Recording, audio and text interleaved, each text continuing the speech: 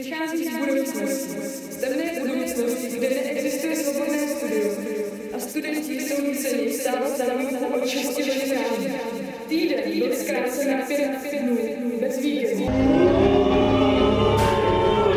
Veškeré volnočasové aktivity byly zrušeny a všechny přednášky se staly povinnými. Studentům náhle nezbyl čas na sportování či filozofování u půl litru piva.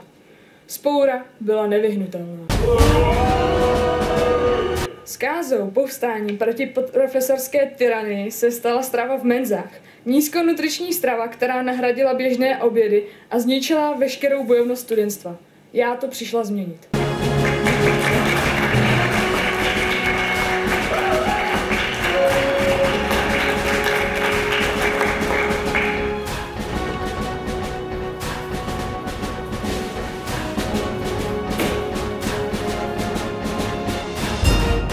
Já byla vedením Studentské povstalecké unie vybrána, abych se vrátila v čase a tomuto zabránila.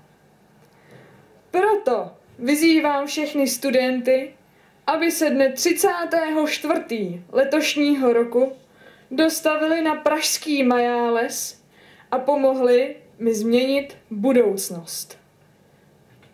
Volte mě, protože já v budoucnosti byla a pevně věřím, že vy tam žít nechcete.